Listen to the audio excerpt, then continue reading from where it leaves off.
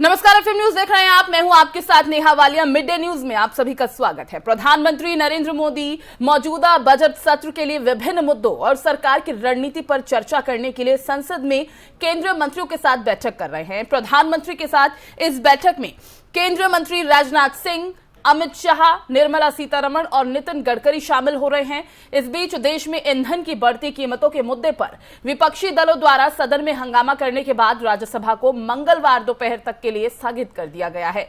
राज्यसभा में महंगाई के मुद्दे पर विपक्ष ने जोरदार हंगामा किया, जिसे देखते हुए राज्यसभा दोपहर 2 बजे तक के लिए स्थगित कर दी गई है।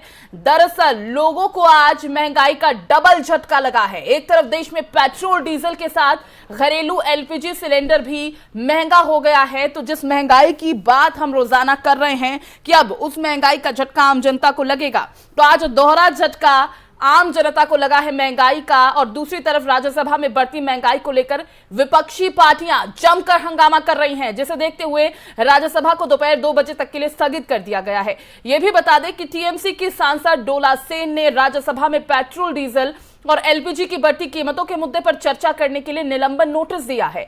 वहीं कांग्रेस सांसद मानिकम टैगोर ने एलपीजी सिलेंडर और बढ़ती महंगाई पर चर्चा करने के लिए लोकसभा में स्थगन प्रस्ताव नोटिस दिया है। दोपहर बाद संसद में आज पेट्रोल डीजल और एलपीजी के बढ़ते दामों को लेकर चर्चा हो सकती है।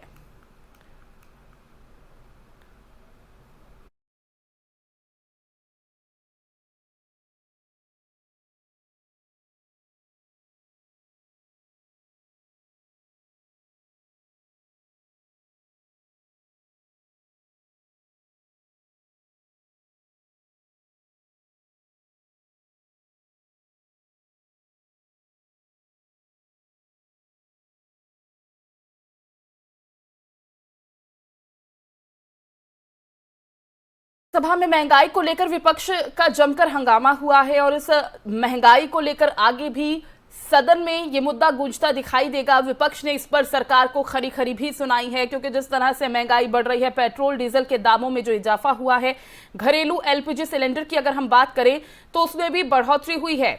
उसे देखते हुए विपक्ष सरकार पर हमलावर नजर आया और इसी के चलते राज्यसभा को दोपहर 2 बजे तक के लिए स्थगित भी कर दिया गया है। और इसी के साथ आपको यह भी बता दें कि न सिर्फ महंगाई को लेकर, बल्कि जिस तरह से आम जनता की कमर तोड़ दी गई है सरकार की तरफ से बढ़ती महंगाई के चलते, आम जनता को जो तमाम परेशानियां हो रही हैं, आम जनता से जो तमाम वायदे किए गए थे, उन वायदों पर खरा नहीं उतरने को लेकर भी विपक्ष ने सरकार को खूब घेरा।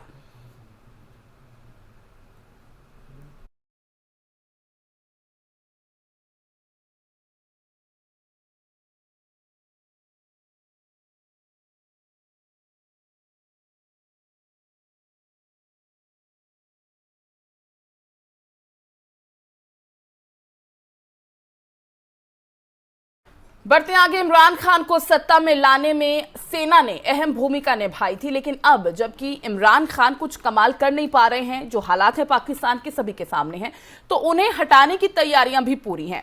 उनके खिलाफ अविश्वास प्रस्ताव आ चुका है। वो इस समय में सेना से मदद चाहते थे, लेकिन सेना ने मदद करने से इनकार कर दिया। बताया जा रहा है कि उल्टा बाजवा ने उन्हें इस्तीफा देने के लिए कहा है। जब मुसीबत सर पर है तो इमरान खान को भारत की याद आ रही है। पाकिस्तान के प्रधानमंत्री इमरान खान ने एक बार फिर भारत का गुणगान किया है। इस बार उन्होंने भारतीय सेना की तारीफ करते हुए उन्हें सैल्यूट किया है।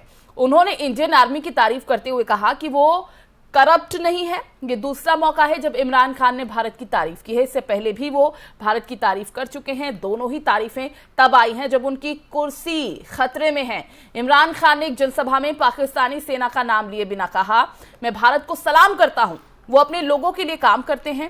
भारतीय सेना भ्रष्ट नहीं है और वो कभी भी लोगों द्वारा चुनी गई सरकार में हस्तक्षेप नहीं करते। पाकिस्तानी पर्यवेक्षक खान के बयान को पाकिस्तानी सेना पर कटाक्ष के रूप में देखते हैं, जो देश की विदेश नीति और नागरिक सरकार को नियंत्रित करती है। इमरान खान किसी भी कीमत में सेना की सुनने के मूड में नजर नहीं आ रहे और उन्होंने पद छोड़ने की जगह इस लड़ाई को सड़कों पर ले जाने का फैसला किया है। उन्होंने विधानसभा में उनके खिलाफ अविश्वास प्रस्ताव पेश किए जाने से एक दिन पहले 27 मार्च को अपने समर्थकों को पाकिस्तान नेशनल असेंबली पहुंचने की भी अपील की है। तो कह सकते हैं कि एक बार फिर जब अपनी ही जो खुद की कुर्सी है उस पर खतरा आ गया है, खतरा मंडराने लगा है, तो पाक पीएम इमरान को एक बार फिर से भारत याद आया है। भारत की तारीफ की है इमरान खान ने, एक नहीं बल्कि दूसरी बार, और भारतीय सेना को सैल्यूट भी इमरान खान करते नजर आए हैं। बता दें कि सियासी संकट और प्रधानमंत्री की कुर्सी पर जो खतरा मंडरा रहा है, उस बीच पीएम इमरान खान ने भारत की जमकर तारीफ की है। उन्होंने विरोध करने वाले पार्टी के सांसदों से कहा कि मैं कह रहा हूं कि माफ कर दूंगा, वापस आ जाएं। उन्होंने कहा कि मैं हिंदुस्तान की तारीफ करता हूं, हिंदुस्तान ने हमेशा आजाद विदेश नीति रखी है। ये पहली तारीफ जब इमरान खान ने की थी, उसका हम जिक्र कर रहे हैं। हिंदुस्तान अमेरिका का सहयोगी है और खुद को न्यूट्रल कहता है। पाकिस्तान के प्रधानमंत्री ने कहा कि भारत रूस से तेल मंगवा रहा है, जबकि प्रतिबंध लगे हुए हैं क्योंकि भारत की विदेश नीति लोगों को उनकी बेहतरी के लिए है। तो विदेश नीति की पहले तारीफ करते हैं इमरान खान, और अब भारत की सेना को तारीफ करते उसकी नजर आए हैं। इंडियन आर्मी को मेरा सल्यूट है, ये इमरान खान ने कहा है। तो सीधे सीधे कह सकते हैं कि जब अपनी कुर्सी पर खतरा मंडराने लगा है तो इमरान खान को भारत की याद आई। पहले भारत की विदेश नीति की तारीफ करते नजर आए कि किस तरह से उनकी विदेश नीति, यानी भारत की विदेश नीति जो लोगों की भलाई के लिए काम करती है, किसी भी तरह से लोगों की बेहतरी हो, इस पर ध्यान देती है। इमरान खान ने विरोधियों से कहा कि सारा पाक समझेगा आपने जमीर बेच दिया है, हमेशा के लिए आपके नाम के आगे जमीर फरोश लग जाएगा, ये भी उन्होंने कहा था। आपके लिए बच्चों की शादियों में जाना मुश्किल हो जाएगा। उन्होंने कहा कि लोग शादियां नहीं करेंगे, स्कूल में आपके बच्चों को परेशान किया जाएगा, स्कूल में बच्चों को बुरा भला कहा जाएगा। उन्होंने कहा कि हम चोरों के खिलाफ खड़े हैं। तो इस तरह की बातें इमरान खान की तरफ से कही गई हैं। और इसी बीच जो बड़ी बात है वो ये कि जब अपनी कुर्सी पर खतरा मंडराने लगा तो उस समय पाकिस्तान के प्रधानमंत्री इमरान खान को भारत की याद आई, भारत की विदेश नीति का जिक्र किया। पहले विदेश नीति की तारीफ की कि वो हमेशा लोगों की बेहतरी और भलाई के लिए काम करते हैं, और फिर एक बार उन्हें याद आई इंडियन आर्मी की, जिसको उन्होंने सैल्यूट किया है। कहा कि इंडियन आर्मी करप्ट नहीं है, सरकार में हस्तक्षेप नहीं करती है। इस तरह की बातें पाक प्रधानमंत्री इमरान खान की तरफ से की गई हैं।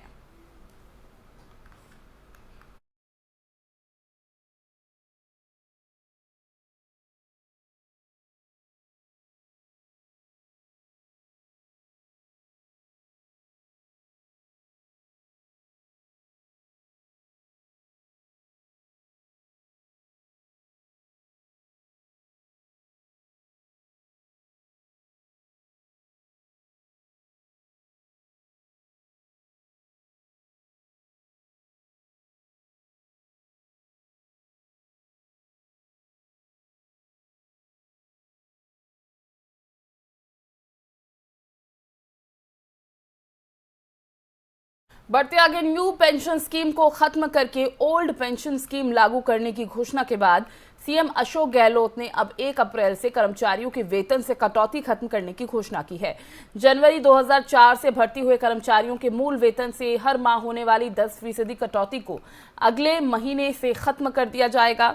इसके अलावा पहले हुई कटौती को पेंशनर्स मेडिकल फंड की राशि आरजीएचएस में समायोजित करने के बाद बचे हुए पैसों को रिटायरमेंट के समय ब्याज समेत देने की घोषणा की गई है।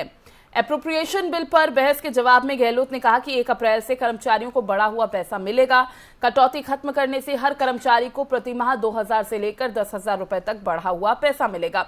गहलोत ने बजट में 2004 और उसके बाद भर्ती कर्मचारियों पर लागू न्यू पेंशन स्कीम खत्म कर इसी साल से 1 अप्रैल से ओल्ड पेंशन स्कीम लागू करने की घोषणा की थी। न्यू पेंशन स्कीम में कर्मचारियों के मूल वेतन से 10% पैसा एनपीएस के लिए काटा जाता था, उतना ही पैसा सरकार में लाती थी। राज्य में न्यू पेंशन स्कीम के तहत सरकारी विभागों में 5,22,000 कर्मचारी हैं। इसके अलावा 38,000 कर्मचारी ऑटोनॉमस बॉडीज में काम कर रहे हैं।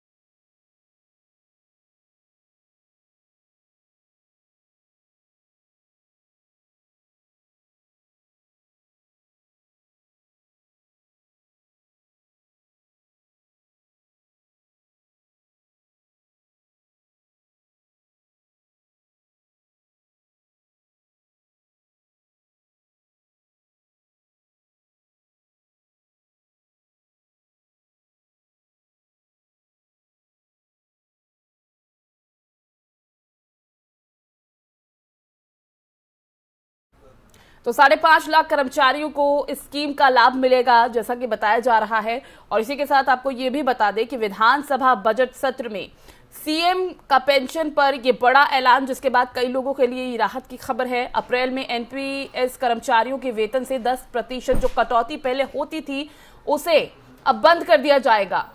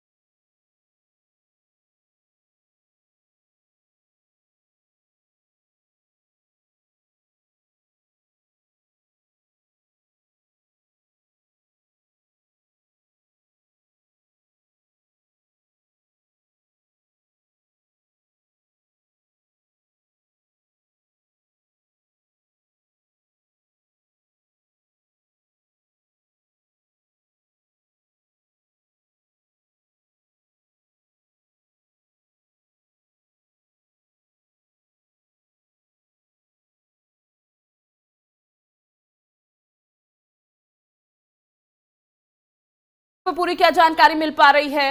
10% कटौती जो पहले हुआ करती थी अब वो बंद हो जाएगी। राजस्थान के मुख्यमंत्री अशोक गहलोत ने सोमवार को कहा है कि राज्य सरकार की अनुसंधान करते हुए प्रधानमंत्री नरेंद्र मोदी को देश भर में सरकारी कर्मचारियों के लिए पुरानी पेंशन योजना को लागू करने की घोषणा करनी चाहिए।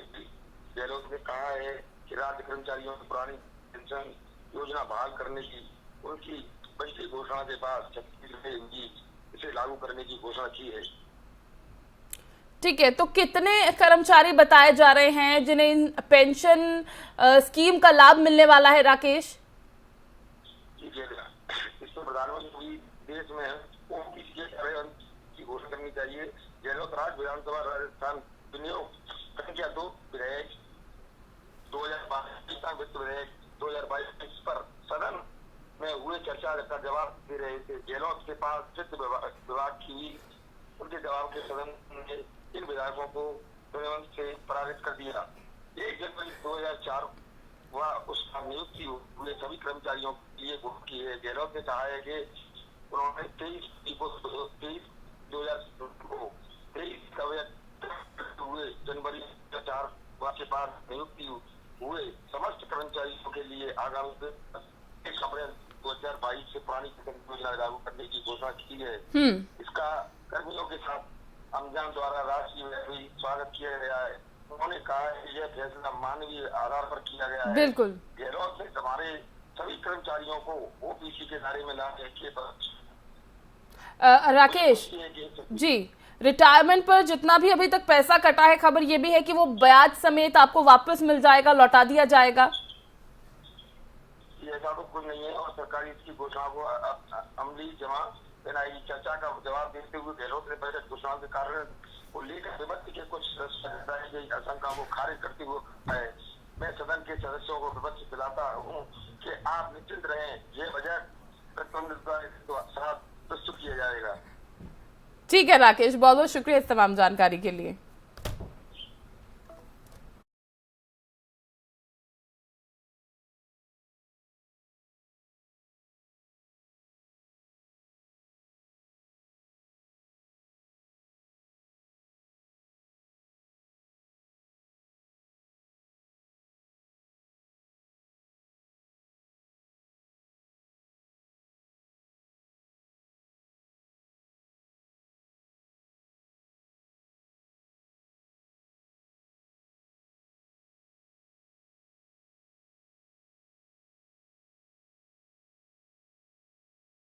उत्तर प्रदेश विधानसभा चुनाव 2022 में मिली करारी हार और खिसकते जनाधार को लेकर बसपा सुप्रीमो मायावती काफी ज्यादा चिंतित हैं, परेशान हैं और नए सिरे से काडर तैयार करने में वो जुट गई हैं। वहीं चुनाव परिणाम के बाद से ही मायावती लगातार सपा और बीजेपी पर हमलावर रही हैं।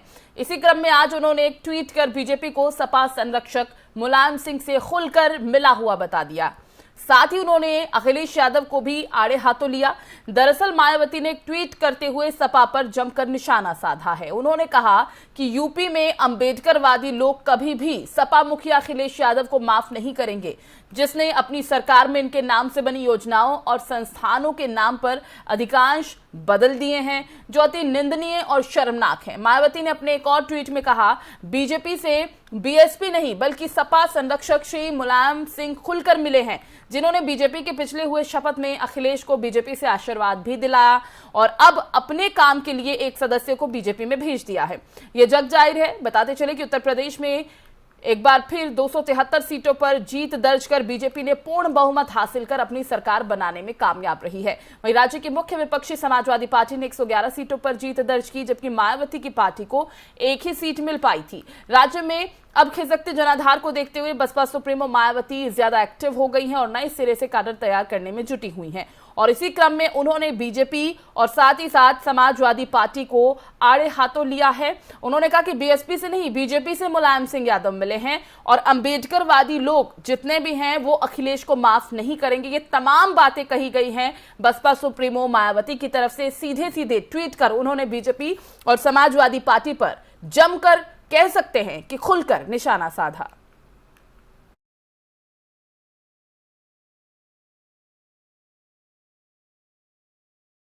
वहीं बीजेपी आलाकमान ने एक बार फिर उत्तराखंड में पुष्कर सिंह धामी को बागडोर सौंपने का फैसला किया है। सोमवार को उनके नाम का ऐलान किया गया था।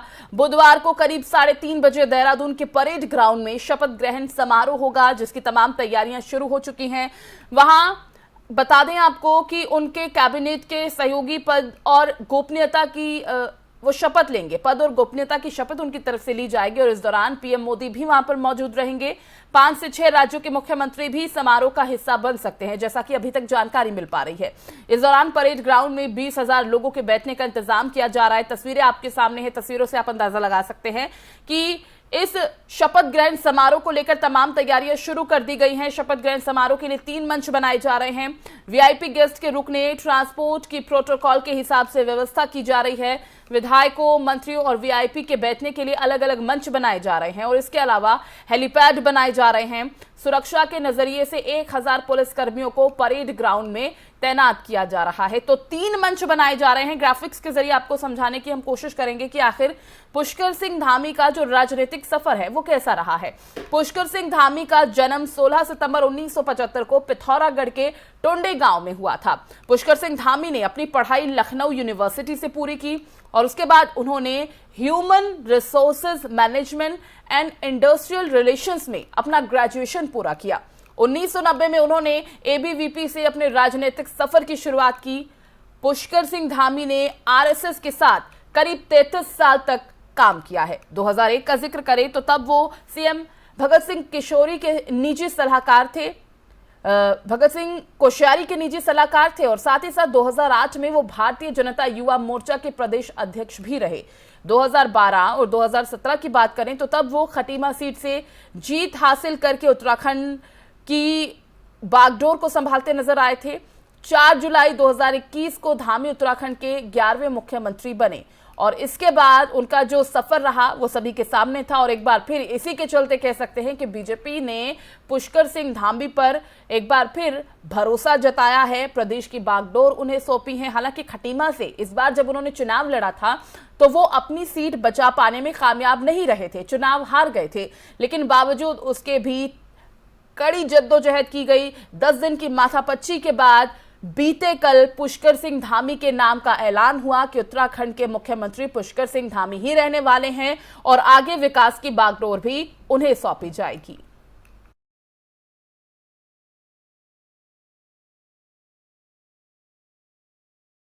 सपा के मुख्य और पूर्व मुख्यमंत्री अखिलेश यादव ने कहा कि द कश्मीर फाइल्स फिल्म को इस समय इसलिए रिलीज किया गया ताकि यूपी चुनाव के नतीजों पर बहस ना हो। उन्होंने द कश्मीर फाइल्स से होने वाली कमाई को पंडितों की वापसी पर खर्च करने की सलाह दी। क्या कुछ उन्होंने कहा, आपको सुनवाते हैं। मैं आज से उस बहस में नहीं बनाया हूँ। जो पैसा इकट्ठा हो गया है उससे कश्मीरी पंडित लोगों को, कश्मीरी लोगों को सेटल करने के लिए खर्च होना चाहिए और सरकार को भी आगे आना चाहिए। अगर टैक्स के माध्यम से 100, 200, 300 करोड़ रुपए इकट्ठा हुआ है, तो सरकार भी अपना पैसा लगाए कुछ और, कम से कम प्रधानमंत्री फंड में ना चला जाए वो पैसा, जिसका पता ही नहीं लगे फंड कहाँ चला गया। इसलिए वो फंड जो कश्मीरी लोग हैं, जो कश्मीरी पंडित लोग हैं, उनकी एक कमेटी बन जाए जो अलग अलग जगह रह रहे हैं, और वो खर्च करें अपने ऊपर कि वो कैसे सेटल होकर के खर्च करना चाहते हैं। कम से कम सरकार को ही कदम उठाना चाहिए। सर, अगर आपसे कोई कहे अंशदान के लिए, विस्थापन के लिए, तो आप करेंगे, देखेंगे? क्यों नहीं, स्वाभाविक है, अगर कोई मांगता है तो बिल्कुल हम देंगे, उसमें क्या है। और मैं तो बिहार में शराबबंदी है और सरकार इसे पुरजोर तरीके से लागू कराने का प्रयास कर रही है, लेकिन फिर भी आए दिन कहीं ना कहीं से शराब के कारण मौत की खबरें आती रहती हैं। और हाल ही में भागलपुर में जहरीली शराब पीने से 30 लोगों की मौत हो गई थी। बिहार में जहरीली शराब पीने से हुई मौतों पर जेडीयू के विधायक गोपाल मंडल ने बयान दिया है। क्या कुछ उन्होंने कहा, आपको सुनवाते हैं। शराब बिक रहा है बिहार में, इस तरह से मौतें हो रही है दुकान में, कई जिले में मौत शराब पैदा कर रहा है। और एक बात मर ही जाएगा, जनसंख्या घटेगा ना। जब शराब सरकार ने बंद कर दिया, क्यों शराब पीते, जहरीली शराब? और होता क्या मौत का कारण आपको बता देते जी। जो एक्सपायरी टैबलेट होता है, जो दारू बनाता है देसी दारू, तो एक्सपायरी टैबलेट जो होता है नशा वाला, नींद वाला, वो दे देता है। और वो देने के कारण ज्यादा विषाक्त। रूस यूक्रेन वॉर की वजह से कच्चे तेल के दाम में उबाल का इम्पैक्ट अब घरेलू स्तर पर दिखने लगा है। ऑयल मार्केटिंग कंपनियों ने आज घरेलू गैस सिलेंडर्स के दाम में बढ़ोतरी की है और इससे पहले कंपनियों ने पेट्रोल और डीजल के दाम में भी 80 पैसे प्रति लीटर का इजाफा किया था। इससे कुछ दिन पहले ही प्रमुख दूध कंपनियों ने दूध के रेट 2 से 5 रुपए प्रति लीटर तक बढ़ा दिए थे। इस तरह आम लोगों पर एक साथ महंगाई की मार पड़ी है। 14 किलोग्राम वाला घरेलू एलपीजी सिलेंडर मंगलवार को 50 रुपए महंगा हुआ है। बताते चले कि एलपीजी के दाम में इजाफा अक्टूबर 2021 के बाद पहली बार हुआ है। हालांकि बिना सब्सिडी वाले गैस सिलेंडर के दाम इस दौरान बढ़े हैं, लेकिन घरेलू एलपीजी सिलेंडर के दाम में इजाफा नहीं किया गया था। आखिरी बार घरेलू एलपीजी सिलेंडर के दाम 6 अक्टूबर 2021 को बढ़ाए गए थे। दिल्ली में घरेलू एलपीजी सिलेंडर की कीमत बढ़कर करीब 949 रुपए के करीब बताई गई है और इससे पहले ये 899.50 रुपए थी।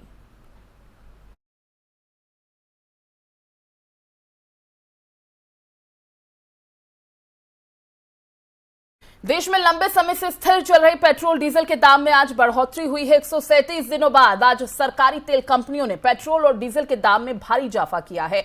आज पेट्रोल की कीमतों में 80 पैसे प्रति लीटर की बढ़ोतरी हुई है। डीजल भी 78 पैसे प्रति लीटर महंगा हो गया है। दिल्ली में पेट्रोल 96 रुपए 21 पैसे प्रति लीटर पहुंच चुका है। डीजल की बात करें तो 87 रुपए 47 पैसे प्रति लीटर पहुंचा है। मुंबई में पेट्रोल 110 रुपए 82 पैसे प्रति लीटर है और डीजल के दाम 95 रुपए प्रति लीटर है। यह भी बता दें कि पिछले साल नवंबर में पेट्रोल के दाम में कोई बढ़ोतरी नहीं हुई थी। देश में पेट्रोल डीजल के दाम ऐसे समय बढ़ाए गए हैं जब इंटरनेशनल मार्केट में ब्रेंट ऑयल का भाव गिरावट के साथ $100 प्रति बैरल पर आ गया है। बताते चलें कि रूस यूक्रेन तनाव के बाद कच्चे तेल का भाव $130 प्रति बैरल के पास पहुंच गया। $130 प्रति बैरल के पार पहुंचने के बाद यह स्थिति है और उस समय विधानसभा चुनाव के बीच भारतीय बाजार में पेट्रोल डीजल की कीमतों में बढ़ोतरी नहीं की गई थी।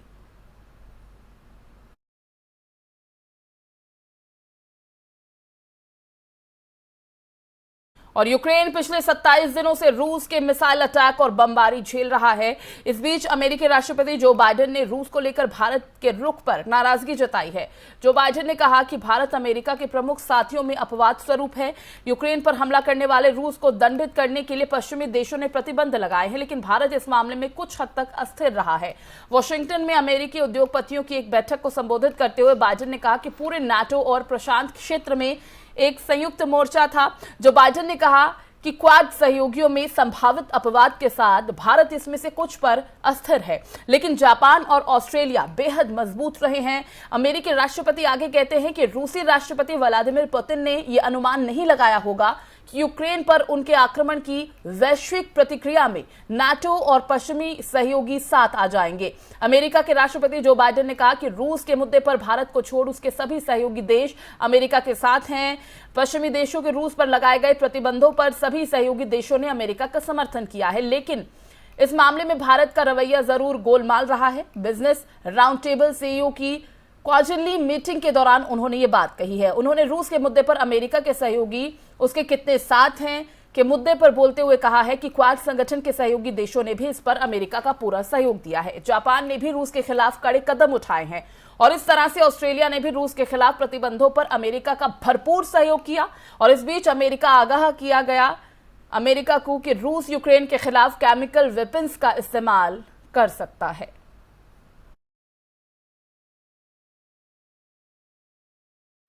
बढ़ते आगे, यूक्रेन के राष्ट्रपति ने कहा है कि इस युद्ध को खत्म करने के लिए किसी भी शर्त पर और किसी भी हाल में रूस के राष्ट्रपति पुतिन के साथ बातचीत जरूरी है। जेलेंस्की का कहना है कि मुझे लगता है कि बिना बैठक के पूरी तरह से ये समझ पाना नामुमकिन है कि वो युद्ध रोकने के लिए क्या चाहते हैं। जेलेंस्की ने पहले भी कहा था कि बिना बातचीत के ये युद्ध खत्म नहीं हो सकता। बताते चले कि रूस और यूक्रेन के प्रतिनिधियों ने कई चरणों में वार्ता की, लेकिन अभी तक किसी तरह का कोई हल निकल नहीं पाया है। बताते चले कि ये युद्ध शुरू हुए 27 दिन हो चुके हैं। इस बीच जेलेंस्की ने नाटो से भी सवाल किया कि उसे साफ करना चाहिए कि वो यूक्रेन को अपने अलायंस में जगह दे पाएंगे या नहीं। नाटो को खुलकर बता देना चाहिए कि उसे रूस से डर लगता है। यूक्रेन का कहना है कि रूस ने सुमी शहर के बाहरी इलाकों में रासायनिक संयंत्र पर बम गिराए। दावा किया गया कि सोमवार रात रूसी बमबारी की वजह से संयंत्र में अमोनिया गैस का रिसाव होने लगा और इस पर काबू पाने में कई घंटे लगे हैं। वहीं रूस का कहना है कि यूक्रेन झूठे आरोप लगा रहा है। रूस का कहना रहा कि यूक्रेन के एक सैन्य प्रशिक्षण केंद्र पर हमला किया गया था, इसमें 80 से ज्यादा सैनिक मारे गए।